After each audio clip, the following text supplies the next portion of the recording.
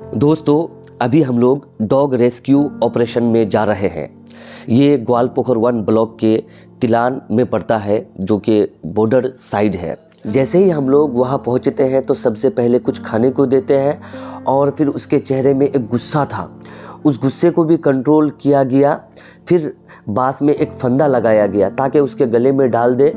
जब उसको इस जंगल से बाहर निकाला जाए तो वो किसी को नुकसान ना करे। फिर उसको खींचकर बाहर निकाले और फिर उसका ट्रीटमेंट हम लोग जारी किए। तो सबसे पहले एक शायरी मैं सुनाना चाहता हूँ कि अलग है जुबां इनकी ये बेजुबां नहीं है, अलग है जुबां इनकी ये बेजुबां नहीं है, क्या हुआ जो ये इंसान नहीं है। चलिए बताते हैं आखिर इसके साथ ऐसा क्यों हुआ। और ये एक ही कुत्ता नहीं है जिसके साथ ये हादसा हुआ है, इस तरह के बहुत सारे कुत्ते हैं जिनके साथ ये हादसा होता आ रहा है। तो मैं आपको बताने की ये कोशिश कर रहा हूँ कि कुछ लोग लोमड़ियों को पकड़ने के लिए फांस लगाते हैं शाम के वक्त, जैसा कि जंगल हो गया, खेत हो गया और हमारा नहर भी है।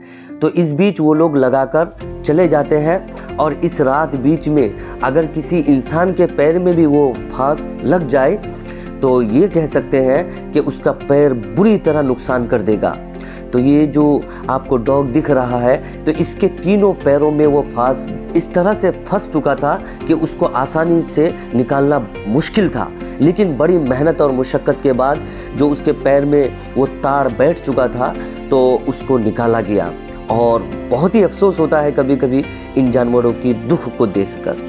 और एक बात ये भी है कि ये जो कुत्ता है ये 6-7 दिनों से फंसा हुआ था, जंगल में बैठा हुआ है, किसकी नज़र पड़ेगी। तो कुछ बच्चे जा रहे थे, उन बच्चों ने हमें जानकारी दी थी। लेकिन जब हम लोग वहाँ पे पहुँचे, उसका ट्रीटमेंट किए, दवाई लगा दिए पैर में।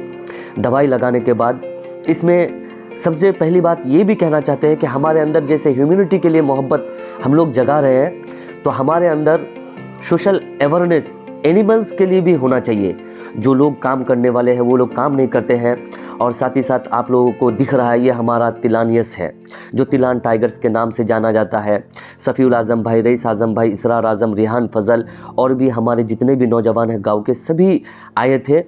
और इंसानियत के खातिर एक जो जिम्मेदारी होती है वो हम सब ने मिलकर पूरा किया। और साथ ही साथ डर भी लग रहा था क्योंकि बॉर्डर के पास ही पड़ता है हमारा नहर।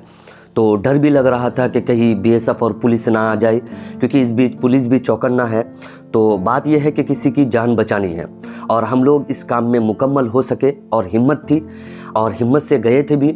लेकिन तिलान के नौजवानों का शुक्रिया अदा करता हूँ कि जिस तरह से द हेल्पिंग हैंड्स में हम काम करते हैं, इसी तरह एनिमल्स के लिए भी काम करने की ख्वाहिश रखते हैं। और इस तरह के नौजवान जब तक हमारे साथ जुड़ते रहेंगे, हम लोग सारे वो काम कर सकते हैं जिससे किसी की जान बचाई जा सकती है। और रही बात सोशल अवेयरनेस, ये हमारे गाँव देहातों में नहीं है, लेकिन बात ये नहीं है कि हम लोग नहीं कर सकते, बस हमारे अंदर जज्बा होना चाहिए। अगर हमारे अंदर जज्बा पैदा हो जाए तो हमें किसी की ज़रूरत नहीं पड़ेगी, हम लोग खुद अपना काम करके इस तरह के कामों को भी अंजाम दे सकते हैं। ये डॉग रेस्क्यू ऑपरेशन जो किया गया है ये पहली मर्तबा नहीं है। और ये वीडियो इसलिए बनाने की कोशिश किए हैं कि गाँव समाज में हम लोग रहते हैं और इस तरह किसी को मरते हुए नहीं देख सकते, इसलिए आप लोग भी ऐसे बेजुबां जानवरों की मदद करें। शुक्रिया।